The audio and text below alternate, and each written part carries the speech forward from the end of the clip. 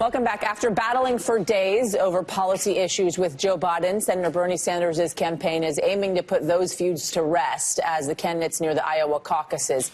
Senior Sanders campaign advisor Jeff Weaver attributed the recent clashes with Biden to the Vermont senator's surge in the polls, telling NBC News this: "When you start to go up, obviously you get a lot of fire. The person in front has the biggest target on their back, and I think you're starting to see that now." Yesterday on Morning Joe, Biden complained about Sanders referencing his past political stances, saying, "It's like me pointing out Bernie voted against Brady Bill 5 times while I was trying to get it passed. He's made up for that." Sanders responded, telling reporters it was, quote, fair for Biden to look back at his record, and proceeded to list off a number of policy issues they differ on. Weaver commented on the recent feud, saying this: "It's not really negative, and this is not personal. This is about a very different view in terms of Sanders and Biden's policy positions and their record." And that's what voters need to know in the course of the caucus. Because the people that voted in 2016 are going to come out and vote regardless in 2020. The Democratic voters that voted for Hillary Clinton in 2016 are going to come out and vote for the Democratic nominee in 2020 because they want to get rid of Donald Trump. So the people you have to get in 2020 to defeat Donald Trump are the people that did not come out in 2016. Young people, progressive independents, typical working class non-voters, people that aren't normally engaged in the political process. That is Bernie's base. So talk about electability. He is the most electable candidate. Yet you're not going to hear that argument on cable news. They're going to pretend to continue acting like a moderate is the way to win, when Hillary Clinton was the ultimate moderate, reaching out to moderate and conservative voters, and she lost. You're not going to win that way. That's the Joe Biden way. You're not going to win with Joe Biden. You have to reach out to people that did not come out in 2016. That's what Sanders does. Where Democrats appear to be just breezing past Donald Trump now. Joe Biden ahead 53 to 44%. Michael Bloomberg. Wow. Little Mike? No. When it comes to numbers against you, Donald, he's big, bad Mike at 52% to 43%. Bernie Sanders, 52% to 45%, a guy that Trump calls a socialist. Person he calls Pocahontas and mocks and ridicules all the time, ahead of him by 5 percentage points. Mayor Pete's up by 4 percentage points, and Amy Klobuchar up by 3 percentage points. These numbers had tightened up, Willie, before impeachment. And again, I hear Trumpists on TV. I read Trumpists in the papers and on Twitter. They're all whistling past the graveyard, suggesting that this impeachment proceeding could not be going better for Donald Trump, and yet the American people in poll after poll suggest just the opposite is true. This is bad news for Donald Trump. You know the media attacks him relentlessly, right? The more he's been getting attacked, the more popular he gets. And why is that? It's because Bernie Sanders is running on a campaign based on issues. Healthcare is the #1 issue among voters. His policy positions of expanding the Social Security, canceling student debt, Medicare for all, those excite voters who are doing not as well. Now, they're also seeing Bernie Sanders being portrayed in the media as a racist, sexist, crazy socialist with pie-in-the-sky ideas. They're seeing that that is not the reality when they hear him speak, or when they see video of him, when they're in the debates, and he actually gets a chance to talk about the issues. When you listen to Bernie, you're going to hear about those issues. You're not going to hear platitudes.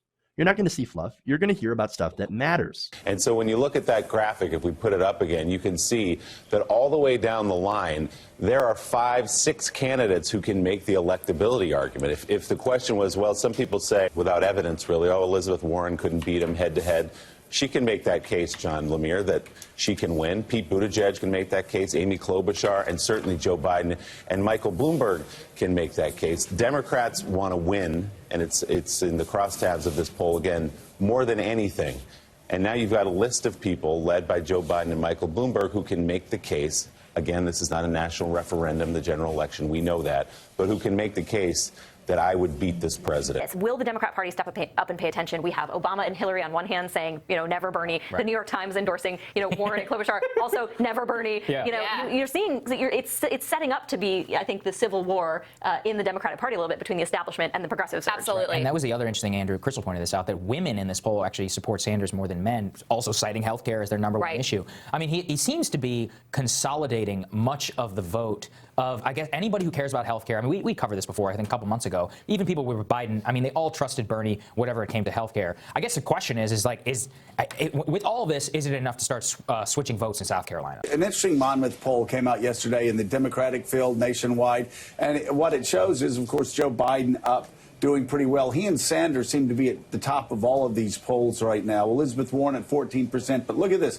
Michael Bloomberg up 4 more percentage points from December. He's at 9%, 3 percentage points ahead Pete Buttigieg nationally, and 4 percentage points ahead of Amy Klobuchar nationally. He is about to hit double digits, and I'm sorry, but this seems pretty familiar, Willie, from what people were saying about another New York millionaire or billionaire, whatever Donald Trump is, back in the early stages of his campaign. Mike Bloomberg, you know, not going to get past 3%, not going to get past 4%. Looks like he's about to get into double digits. And Bernie is beating them all combined with Latina students. It's an incredible result, and it shows that the narrative around Bernie Sanders and his base has always been misleading. Going back to 2015, 2016, there was this understanding that Bernie Sanders' support was almost exclusively young and white, and that people of color did not like Bernie Sanders. But Bernie Sanders had always done at least reasonably well with younger people of color. But in this contest, in the 2019-2020 cycle, Bernie is showing that he dominates with young people of color. He dominates with Black and Hispanic students. He's showing that he is building a broad and diverse coalition of young people who want to transform society for the better. And this is the sort of narrative buster that must be very, very concerning to the anti-Bernie media and to people like Joe Biden. Because again, the whole story about Bernie is that his support was clustered among young white people, and that's fine and dandy, but he's not going to be able to win the primary or the general with that narrow base of support.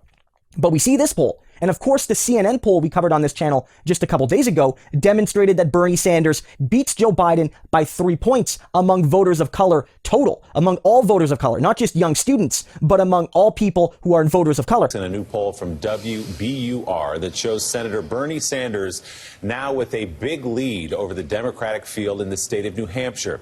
Senator Sanders standing at 29%, and that is up 14 points, nearly doubling his support since just December. He's now 12 points ahead of former Mayor Pete Buttigieg, who led in the last WBUR poll in December.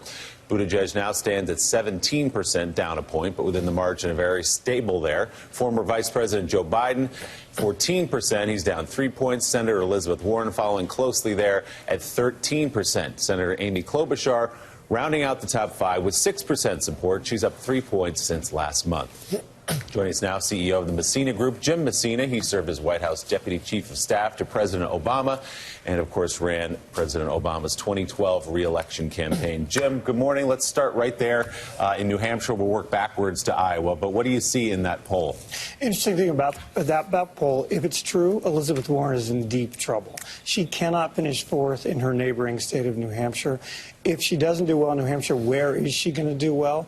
And if that's true on election night in New Hampshire, Elizabeth Warren is likely not going to be the Democratic nominee for president. So what do you make of Bernie Sanders leaping nearly double in the space of a month? And this is one poll. We recognize that. But yeah, that is a massive leap in the space of 30 days. And it's consolidation, right? He's beginning to consolidate the left in his party. You're seeing it nationally. You're seeing it in Iowa. It's mostly coming out of Elizabeth Warren.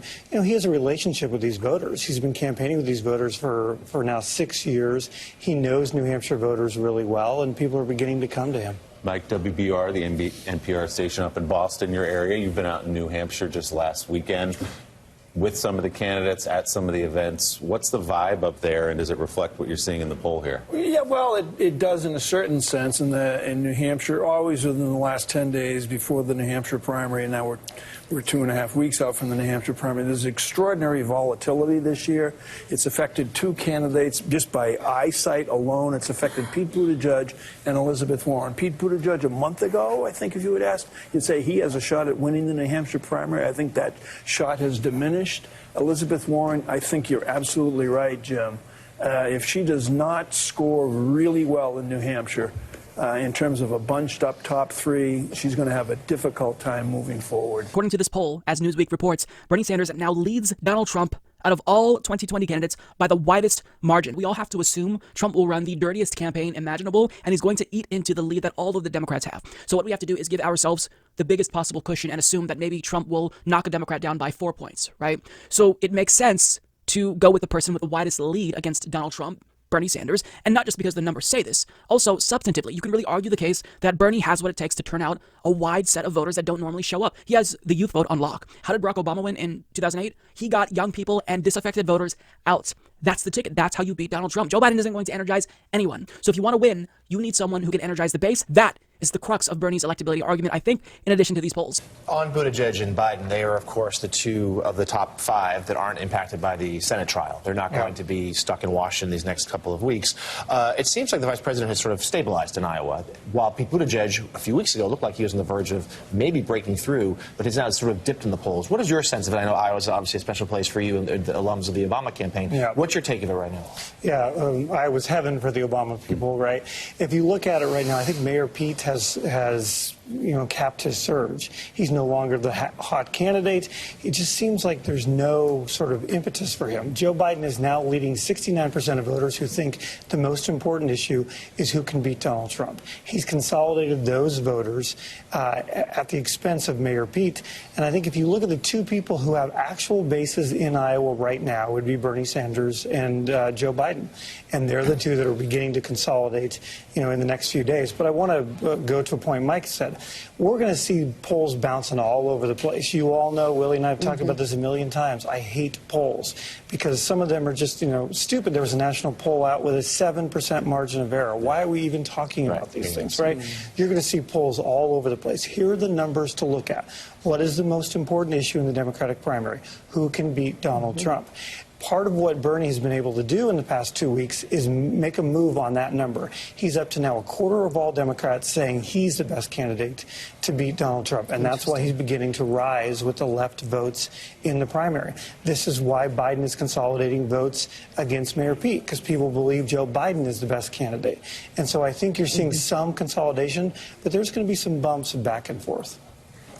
Some more numbers for Jim Messina. A new voter survey finds surprising news for Joe Biden and Bernie Sanders, along with new worries for Pete Buttigieg. The Forbes Zogby Under 30 survey, the largest ever to focus on young voters, shows Sanders has the favorite among 18 to 29-year-old likely Democratic voters with 32%. The Vermont senator holds a 2-to-1 lead nationwide over the only other candidate to pull in double-digit support, Joe Biden, with 16%. Warren and Michael Bloomberg follow with 9%. Notably, the 38-year-old Buttigieg garners just 3.5% support among 18 to 29-year-olds. Meanwhile, the survey finds that Sanders holds the widest lead over President Donald Trump in a hypothetical matchup among all 18 to 29-year-old voters nationwide. Sanders leads Trump 58 to 34%. Andrew Yang tops the president 52 to 34. Biden, Warren, Bloomberg, Buttigieg, and Amy Klobuchar all also win their hypothetical matchups, ranging from 9 to 16 points. And turning to favorability, Sanders leads the field there as well, 64 to 28%. He is followed once again by Biden at 55 to 33%, and then by Warren at 49 to 33%. These are the first numbers from the new Forbes Zogby year-long polling project, which focuses on millennial voting trends and the influence of the youth vote. We will be reporting their findings throughout the election season.